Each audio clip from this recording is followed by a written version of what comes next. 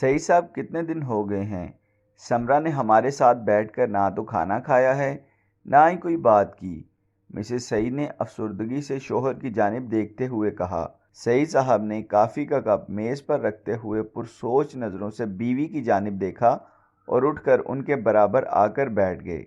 रेहाना, उसको कुछ वक्त दो, वो बहुत बड़े शौक से गुजरी है। 3 साल की मंगनी का यूं अचानक ख़त्म हो जाना मामूल बात नहीं।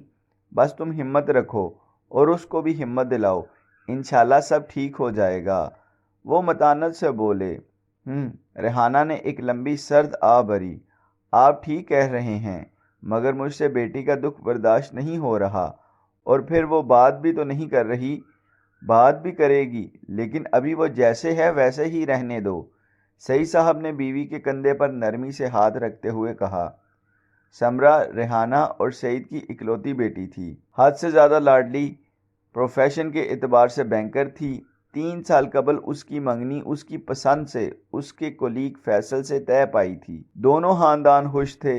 जल्द शादी की तैयारी शुरू होने वाली थी कि अचानक फैसल बिना बताए यूएस से चला गया और वहां पहुंचकर बजरिया फ़ोन समरा को बता दिया कि वो अब उसका इंतज़ार ना करे, क्योंकि वो अब वापस नहीं आएगा। ग्रीन कार्ड के हसूल के लिए उसको वहीं शादी भी करनी होगी। फैसल के घर वाले जहां शर्मिंदा थे बेटे की इस हरकत पर, वहां उन्हें बहुत दुख भी था कि समरा जैसी अच्छी लड़की अब उनकी बहू नहीं बनेगी। समरा के वालिदैन के लिए भी ये खबर किसी बम धमाके से कम ना थी, लेकिन उससे भी बढ़कर उनके लिए मसला समरा की खामोशी थी। जॉब से उसने रिज़ाइन कर दिया था और सारा सारा दिन कमरे में बंद रहती। खाना तो पहले भी कम खाती थी, मगर अब तो सारा दिन कॉफ़ी के मग और एक स्लाइस या 2 बिस्किट पर गुजारा हो रहा था। रेहाना ने कई बार बेटी से इसके दिल का हाल जानने की कोशिश की, मगर वो किसी भी मौजू पर माँ बाप से बात नहीं करना चाहती थी। सारे घर में मुर्दनी सी छाई हुई थी। सही साहब सुबह अपने ऑफिस चले जाते और रात 9 बजे वापस आते। समरा अपने कमरे से बाहर ही नहीं निकलती थी। यूं रेहाना पूरे घर में बुलाई बुलाई फिरती। सोफिया, मुझे चाय का एक कप दे दो और फिर किचन की अच्छी तरह सफाई कर लो। रेहाना ने लाउंज से मुलाजमा को आवाज़ देकर कहा। सोफिया ने कुछ देर बाद चाय का कप और अखबार मेज़ पर रखा और जैसे ही पलटी, उसके चेहरे पर खुशगवार हैरत दर आई। समरा बाजी, आपके लिए भी चाय बना दूं? सोफिया की आवाज़ पर रेहाना ने पलट कर देखा तो समरा दोनों हाथों से अपनी कनपट्टियां दबाते हुए लाउंज में आ गई। क्या हुआ समरा, सर में दर्द है? रेहाना ने प्यार से समरा का हाथ थामकर उसको अपने पास सोफे पर बिठाते हुए कहा। अम्मी, सर फटा जा रहा है। दर्द इतना शदीद है कि मुझे कुछ नज़र भी नहीं आ रहा। सोफिया, जाओ मेरे कमरे से डाबर आमला हेयर ऑयल की बोतल ले आओ। रेहाना ने सोफिया को जल्दी जाने का इशारा किया। अम्मी, तेल नहीं लगवाऊंगी, समरा ने माँ की तरफ देखते हुए कहा। आप जानती तो हैं, तेल के चिपचिपेपन से मुझे उलझन होती है। बेटी, डाबर आमला हेयर ऑयल कोई आम तेल नहीं। तुम आज मेरी बात मान लो, देखो कैसा आराम आएगा। इतनी देर में Sofia Dabur Amla hair oil की बोतल ले आई। समरा, तुम नीचे कुशन पर बैठ जाओ, रेहाना ने समरा से कहा। तो वो बादल न हास्ता सोफे से उठकर मुंह बसूरती नीचे कुशन पर बैठ गई।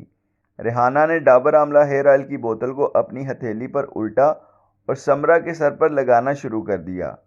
अम्मी, ये खुशबू किस चीज़ की है? समरा ने आंखें बंद किए किए माँ से पूछा।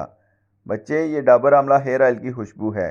देखना, तुम्हारी आधी तकलीफ तो इस खुशबू से ही ख़त्म हो जाएगी। वो मुस्कुराई। समरा के बाल बिल्कुल खुश्क और रूखे हो रहे थे और बुरी तरह उलझ रहे थे।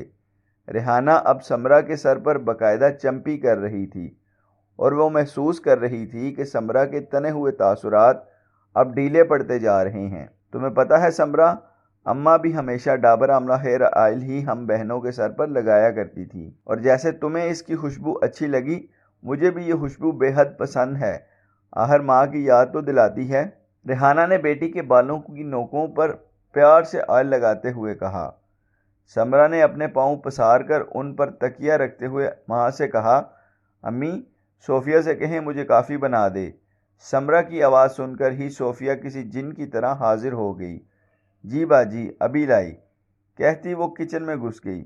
समरा, कुछ खा भी लो बेटे, कब तक भूखी रहोगी? ماں تھی نہ بیٹی کے دکھ پر اس پر زیادہ دکھی تھی۔ امی زور سے چمپی کیجیے، بہت آرام مل رہا ہے۔ سمرا نے ماں کی بات سنی انسنی کر کے کہا، تمہیں پتا ہے سمرا، تمہارے ابو سے شادی پہلے میری بات میرے تایا زاد سے طے تھی۔ کیا؟ سمرا نے حیرت سے سر گھما کر ماں کو دیکھا۔ ہاں بیٹے، 6 سال ہماری بات پکی رہی، پھر انہیں اپنی پڑوسن سے عشق ہو گیا اور تمہارے نانا نے میری منگنی توڑ کر تمہارے ابو سے نکاح کر دیا۔ کچھ دن میں افسردہ رہی، پھر اماں کے سمجھانے پر عقل میں یہ بات آ گئی کہ جو آپ کا تھا ہی نہیں اس کے لیے کیا رونا۔ اس زمانے میں میرے بھی سر میں بہت درد رہتا تھا، آنکھیں جلتی رہتی تھی۔ تمہاری نانی روز میرے سر پر ڈابر آملہ ہیئر آئل لگاتی تھی تو میں اتنی اچھی چمپی کرتی نہیں جو وہ کرتی تھی، بس سر درد بھی بھاگ گیا اور پھر کبھی نہیں ہوا۔ ریحانہ کھل کر مسکرائی، امی ابو نے کبھی آپ سے ایسی بات نہیں کی جس سے آپ کے سر میں درد ہو؟ سمرا نے ہنس کر ماں کو دیکھا اور بیٹی کو کتنے دنوں بعد جوں کھل کر ہنستا دیکھ کر ریحانہ کی آنکھیں نم ہو گئی۔ میری جان یہ بتاؤ، گھر میں ڈابر آملہ ہیئر آئل کی چمپی زیادہ کون کرواتا؟ ابو؟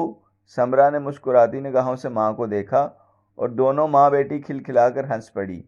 امی سر درد بالکل ختم ہو گیا، آپ میرے لیے اچھا سا ناشتہ بنوائیں، آج میں پیٹ بھر کر کھاؤں گی۔